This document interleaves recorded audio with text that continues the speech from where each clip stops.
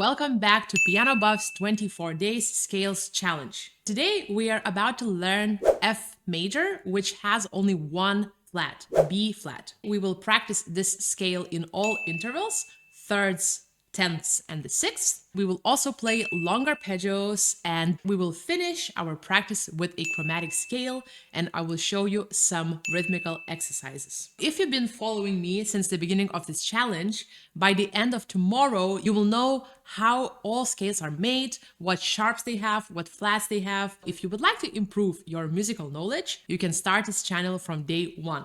To begin with, I'd like us to look at the circle of fifths. When I started my challenge, I started with C major, and then I moved to this direction. First, I was always playing a major key, and then the parallel key of major. So by the end of tomorrow, because tomorrow we are hitting the D minor, you will be able to play the whole circle. This is so exciting. Let's hit the F major. So F major, we use B flat.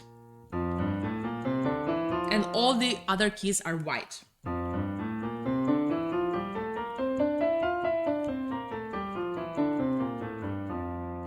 And again, the issue is fingering, because very often you might confuse whether you should play a third finger or a fourth finger. I think this is the main issue when you have many white keys. Once you are ready to play in 2 octaves, you can try playing the scale in 4 octaves.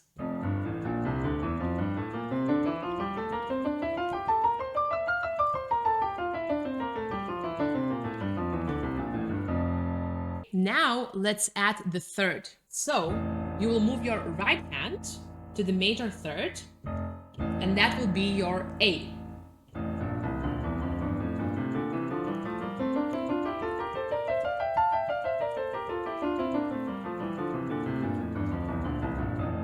Your goal here is to listen very carefully if your hands are together. Here, of course, there are 2 ways of how you can start your scale. So either you start with the second finger or third, your choice. Now let's add the contrary motion.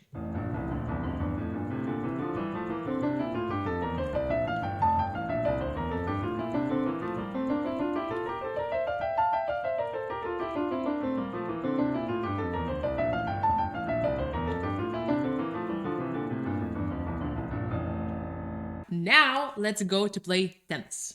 The interval of tenth is really just like the interval of the third. The only thing you have to do is move your hand an octave.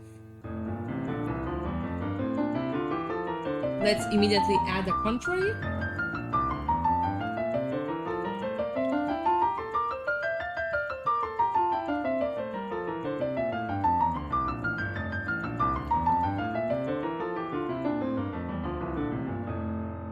Make sure you always listen to your left hand.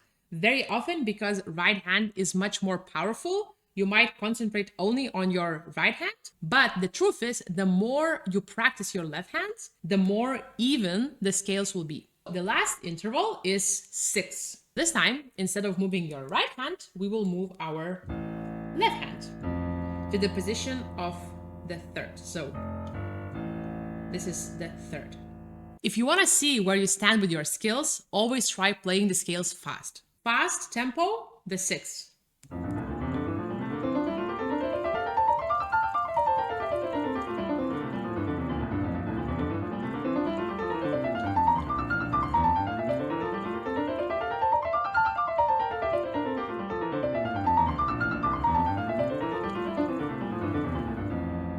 What might help you in playing fast is adding accents. So normally we will put an accent on every 4th note.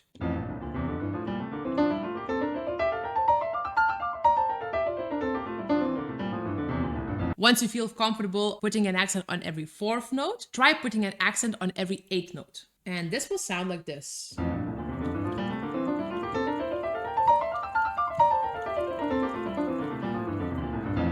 Okay, so left hand was a bit slow. Let's focus a little bit more on the left hand.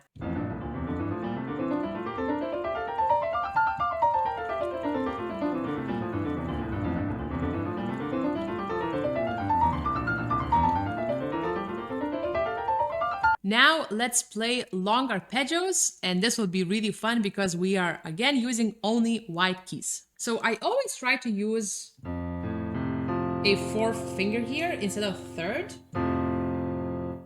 because somehow I find it more comfortable, but everyone has a very different hand, so if you think this is more comfortable for you, do whatever feels better. So in playing long arpeggios, the secret is actually to be able to move together with your hands. This is why you want to sit very comfortably and you want to feel the center of your body. You are able to move and still keep balance. You can try that without playing, and then maybe put your hands and just slide your hands to see if you feel comfortable.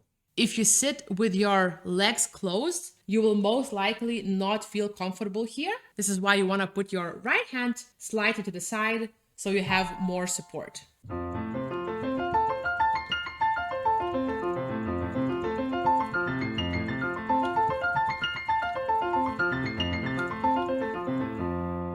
The goal is that you always feel that your body is very flexible. You don't want to stay disconnected and only play with your hands. You always want to engage the whole body. Even your feet works when you play piano. Let's play the first inversion. Let's remember that we also use the rotation movement.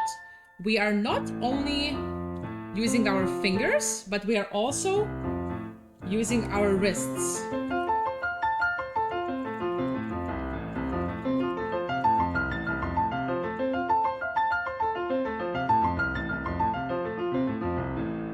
And the second inversion.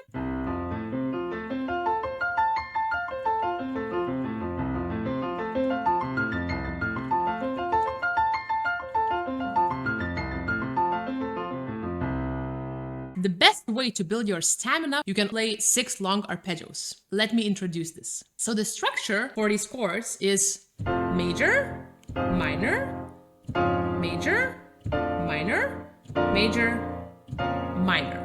There's also a way to play this as 11 long arpeggios, and you can check my previous video where I covered it. Your goal is to play these 6 long arpeggios in a row. The most important thing is to focus on playing legato.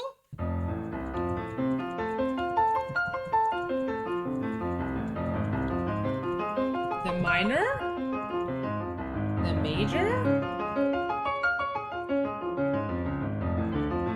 minor, major, minor. And to make this more difficult, you can always add the contrary motion to every single long arpeggio. I'll just show you how it looks like. So you play a simple long arpeggio, you add a contrary motion.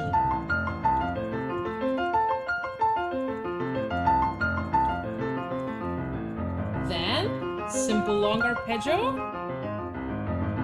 and add the contrary motion. Stay playing legato, contrary motion. You got the idea. And you will feel that these 6 long arpeggios really helps you to build stamina, and you might even feel some muscle work around these areas. You might be thinking, what is this little heart and numbers doing here in the corner? It's actually my heart rate. You can observe how my heart rate reacts to different exercises and technical bits. We actually started using this when we recorded a lot of classical music, which you can check and listen in our channel. You will find Ravel, Beethoven, Liszt, basically all the greatest pieces you know. If you are curious to hear and listen to how we play, you can check those videos. All right, to finish today's practice, let's play a chromatic scale from F. So if you want to get better at playing chromatic scale, you can also try practicing it with rhythmical variations. For example, let's stop on every third note.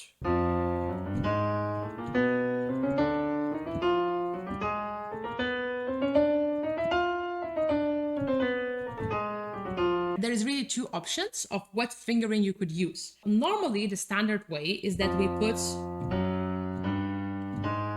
third finger on a black key and a thumb on a white key. And then when we have this change, we use our second finger and the thumb. But there's another way of playing this. When you have this group of 3 black keys, you can always incorporate your fourth finger, which will actually give you a little bit more time to relax your hands. So for example, fourth, fourth. I, for example, never seen this before. I was 23 or something, and it was very weird in the beginning to play it like this, but now I can see that it actually makes more sense. Another way of how you could practice your chromatic scales is using the double octaves.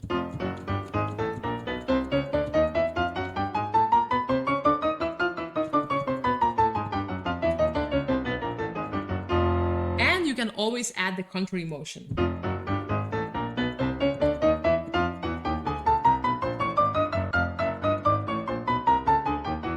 You can always stop on those moments where you feel uncomfortable. Don't ignore them. All right, guys. So this was F major. I love this key so much. It somehow brings so much light and so much sunny energy. Thank you so much for joining me today. If you like what we do, please consider subscribing to our channel, leave us a comment, ask us any questions about music theory or piano playing if you like. And if you're curious to find out a little bit more of what we do as professional classical pianists, you can join our Patreon. You will find a link down in the description. Thank you so much for practicing with me, and I'll see you tomorrow.